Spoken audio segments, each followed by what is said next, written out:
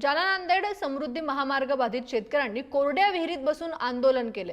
जालन्याच्या देवमूर्ती गावात शेतकऱ्यांनी हे अनोखं आंदोलन केले। जालना नांदेड समृद्धी महामार्गात गेलेल्या जमिनीला योग्य मावेजा देण्याच्या मागणीसाठी हे आंदोलन करण्यात आले। जालन्याच्या देवमूर्ती इथं गेल्या 66 दिवसांपासून शेतकऱ्यांचं धरणं आंदोलन सुरू आहे। मात्र अजूनपर्यंत राज्य सरकारने या शेतकऱ्यांच्या आंदोलनाची दखल घेतलेली नाहीये। त्यामुळे शेतकऱ्यांनी आक्रमक होत विहिरीत उतरून विहिरीत बसून आंदोलन केले।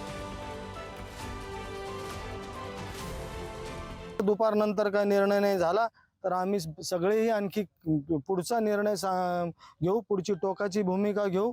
ती आणखीन धावपळ करणारी असेल प्रशासनाला, ते शासनाचं कोणी प्रतिनिधी जे कोणी असेल त्यांनी तुमच्या माध्यमातून हे कळवायचं आहे की आजच्या आज ह्या गोष्टीवर सकारात्मक निर्णय झाला नाही तर आंदोलन स्फोटक पद्धतीने सुरू होईल।